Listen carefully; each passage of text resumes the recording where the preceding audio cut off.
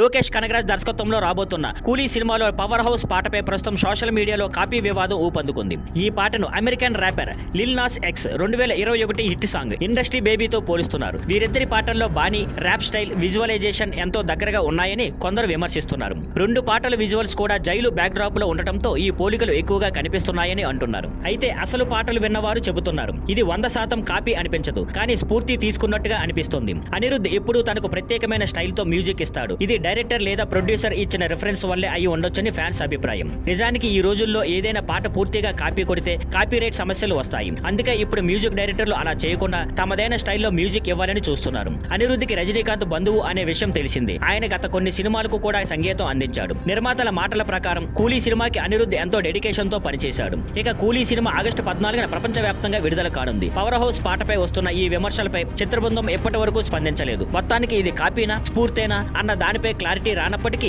అనిరుద్ధ్ లాంటి top music director ఇలాంటి పూర్తి కాపీ చేయడు అనే నమ్మకం అభిమానుల్లో ఉంది. Thank you for watching. Please like, share and subscribe.